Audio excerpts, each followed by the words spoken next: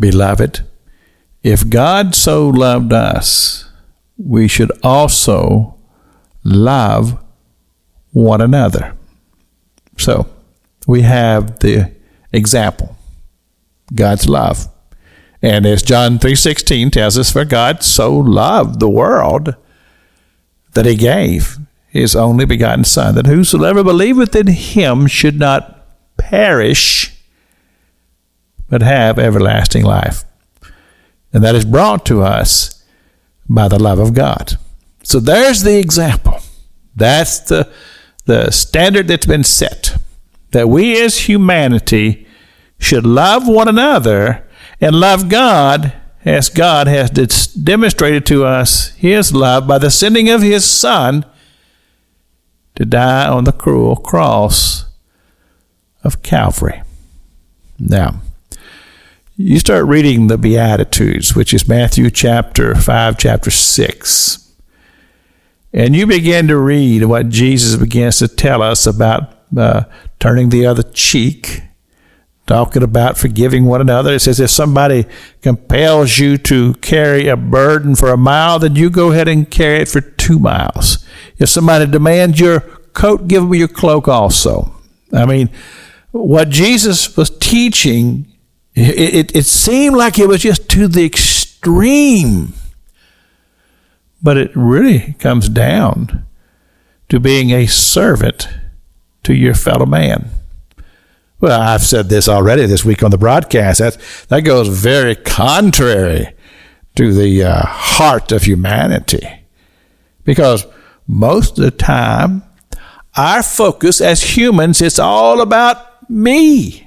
It's all about me. It's all about my feelings. I've been hurt. I've been wounded. Somebody did this to me, and I have a right to get revenge. But Jesus, he just taught just the opposite.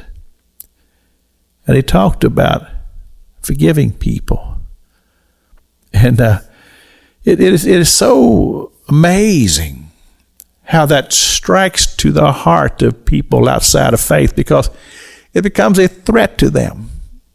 Because I'm just guessing here, I don't know for a fact, but I think a lot of times people enjoy their desire to have revenge. And they feel like that they're just obligated to just hold those feelings. But the truth of the matter is, and medical science will teach you this, it's very harmful. It's harmful to society itself, but it's also harmful to the individual. When a person allows themselves to just be caught up in bitterness and strife, it's just like taking your fist and just clenching it and just holding it and holding it and holding it. And you say, well, how long can you do that? Well, not very long. And you see, the thing about it is that when we allow bitterness and strife to stay in our heart, then we're tensing up and we're doing things that are contrary to the well-being even of the human body. So it's a case for love, and to truly discover what love truly is. And the only way that that's even possible is through an understanding of who God is, and watching and understanding how God loves humanity.